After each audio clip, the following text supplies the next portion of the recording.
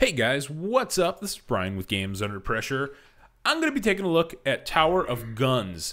If you don't know anything about this game, you're like me. I didn't know anything about this game before it came out. This is free for PlayStation Plus subscribers this month, and this game is weird. And not weird in a bad way, just weird in a weird way. I've never played a game like this, and that's not a criticism. It's strange. It's really weird. So you start out by picking a gun and an ability, a perk, sort of like you would with Call of Duty, just a little bit more basic and simplistic. And once you have that, you just start ascending the tower in Tower of Guns. Okay. This game, you'll see in a second here, is fast. It's really, really, really fast. It's got this Borderlands style aesthetic to it. Maybe a little bit lower fi than Borderlands, not quite as sharp or I don't know, but it moves fast. This is like Quake almost. It's just really, really quick, and you'll see that I'm actually struggling a little bit with some of the aiming because it is so difficult to get used to. Back when Quake was around, all first-person shooters were sort of like Quake. And, you know, then games like Halo came out and games like Call of Duty came out, and they slowed things down pretty substantially. So when I first fired this up, it really, really took me a minute to get acclimated again, because this is not something that is really, like, modern. I mean, you don't see this kind of movement speed, this kind of aiming speed in the modern gaming world that we live in. So I'll try to explain a little bit of what this game is, because it's not immediately obvious. Basically, you go through these particular levels. When you're in these levels, there are a whole bunch of enemies that you have to kill, and these enemies drop. It's almost like there's a loot system here. So bosses and certain enemies will drop items, and as you progress up this tower, every floor of this tower, the items that you collect will remain in your inventory, or if you find an item, say, that increases the size of your health bar, you'll keep that item from level to level to level. So there is this a strange sort of leveling system here. It's very, it's sort of ambiguous in a lot of different ways. You can't swap out your inventory on the fly, at least that I've seen. Maybe you can, and I'm just missing it. Maybe I just don't know how to do it. So I can't say that you absolutely cannot, but you really have to worry about and give some thought to your perk and your gun that you choose at the beginning. So it's interesting. You can see a lot of the perks on the ground. So I just picked up a perk, which is speed up. And you can see that my movement, as if it needed to be any faster, is now a little bit quicker than it was before. So I would imagine by the end of some of these towers, you are moving very quickly. You have a giant health bar. You're leveled up all the way. And it's sort of interesting to see these things compounded and compounded and compounded. And as the enemies get a little bit tougher, as you'll see a little bit later in the video, it's cool to be able to all of a sudden take them on with what you've learned and what you've acquired on lower floors of that tower. So here are the items for sale that I was talking about a little bit earlier.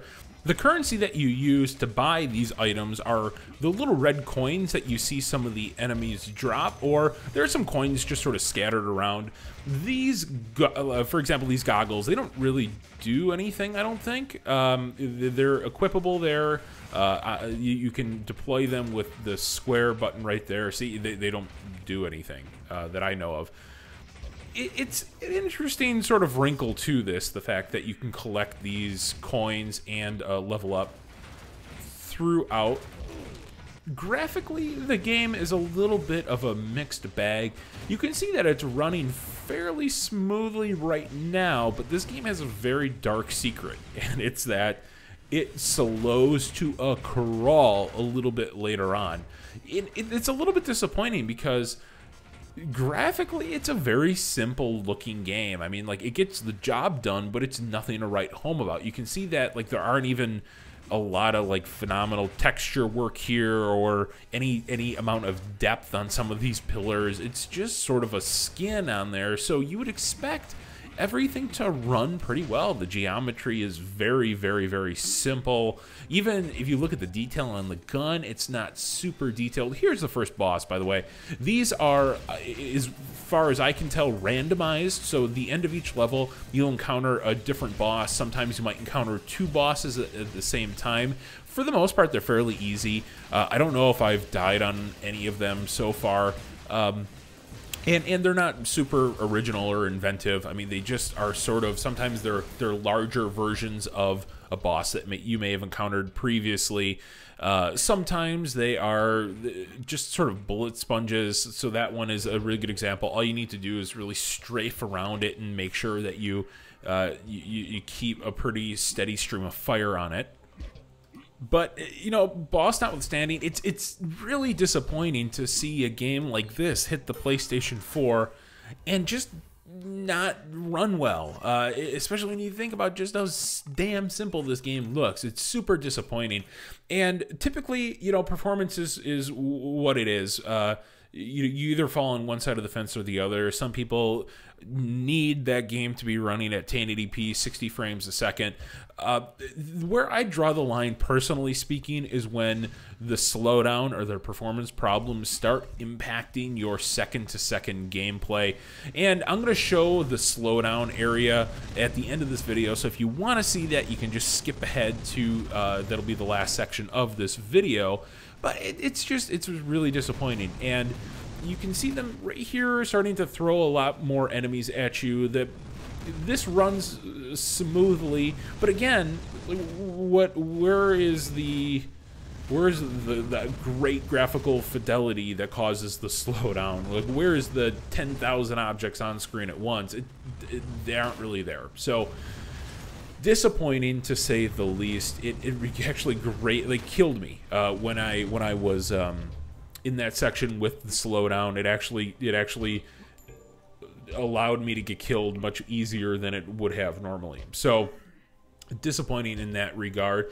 But overall, when the game runs and when it runs smoothly, it actually feels pretty good. I mean, it's quick and it's just lightning fast. And there's something that is you don't really, you know, it's not really about choosing a perfect loadout or making sure that you strafe and dodge these things and then hit them in critical spots. Or I mean, there's not really a much strategy involved here. It's sort of just strafing, holding down the trigger.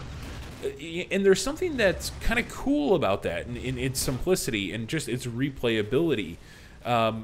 I kept finding myself, I wanted to originally play this for only about 20 minutes, and I actually sat here and I played it for like over an hour, just because there's something addicting about this core gameplay, and I don't quite know what it is, but it's really, really interesting. So you can see here I just died, and you can see there are some statistics there. You can get an overall sense of your character and the power-ups that you have, the progression of your character.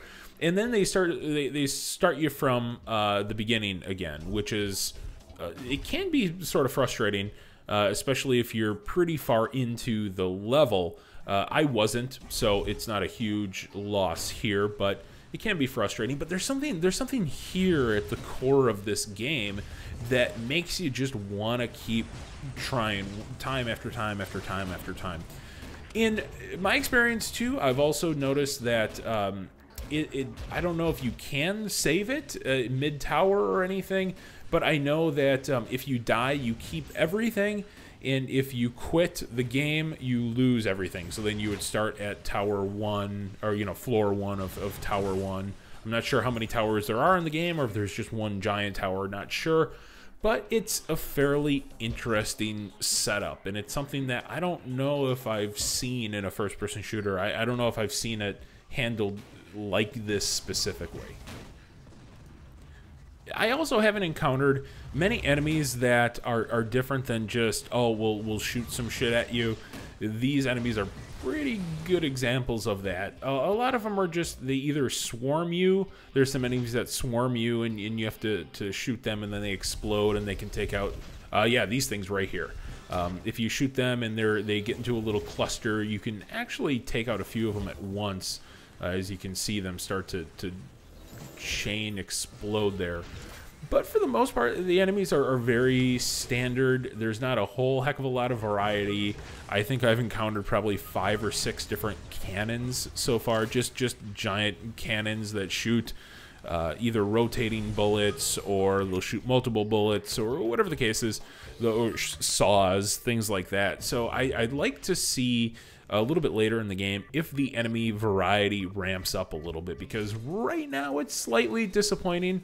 Here's another boss, which again, it's sort of that, well, just circle strafe and stay out of harm's way, stay as far away from you can as stay as far away from the projectiles as you can, and just hold down the trigger button. There's not a lot to it. So if you're going to give this a download, and I mean, frankly, why wouldn't you give this a download? It's free. You might as well try it, see if you like it. Or even if you don't want to play it, just download the damn thing and give that a try. But overall, you know, I just hope that they increase the variety of the enemies, the variety of the enemy attacks, and maybe later on down the line in this game, you have to employ a little bit of strategy, but a lot of it is just circle strafe and hold down the trigger.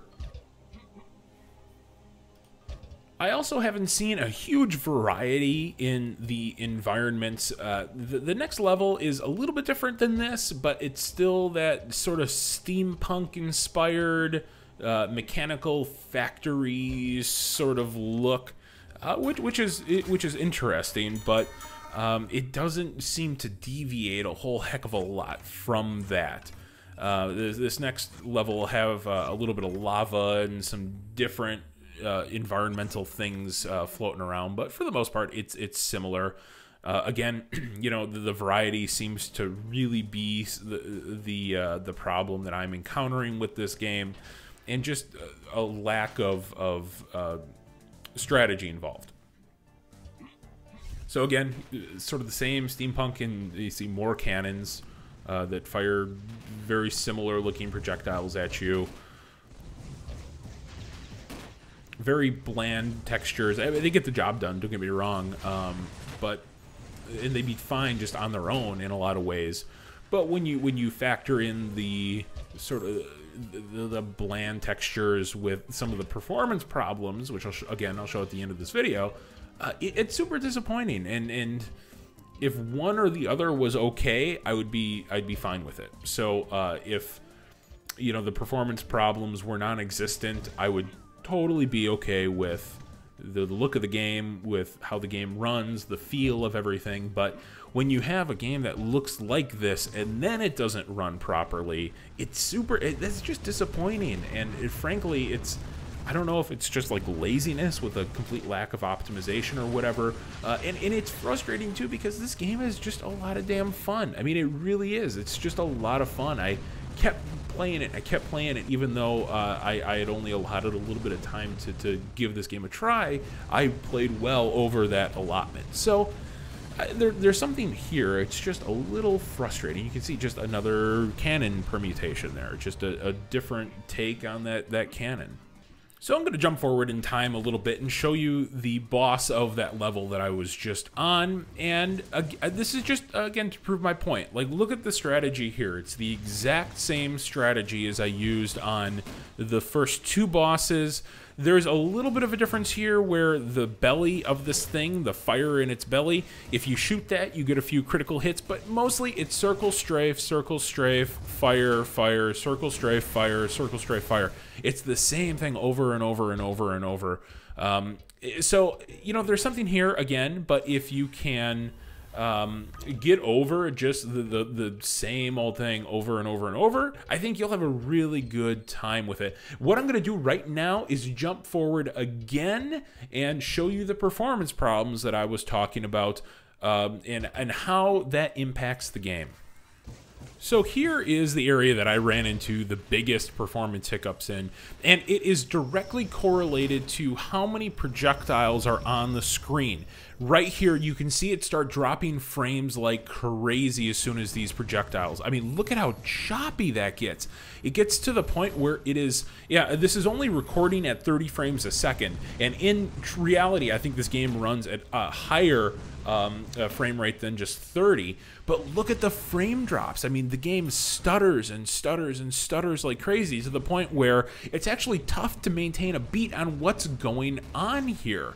It's super disappointing. I mean, especially, like, look, it's not even a huge environment per se. I mean, it's just some very standard, a very standard looking environment that isn't super highly detailed or anything like that. And man, this game just, it gets bogged down. So overall, this is just an experience of highs and lows. It's a fun game when it works. When it runs smoothly, when it doesn't, it is super highly frustrating. There's something here that's kind of cool though, and I find myself wanting to play it a little bit more and wanting to see just how high up the ladder I can get. So there's something cool here. Again, it's a free game, so you'd be stupid not to check it out. Give it a try. If it's your cup of tea, hey, that's cool. If it's not, guess what? You can just delete it. So thanks for watching, you guys. I really appreciate it. If you would subscribe, I would love you for it. And I'll catch you next time.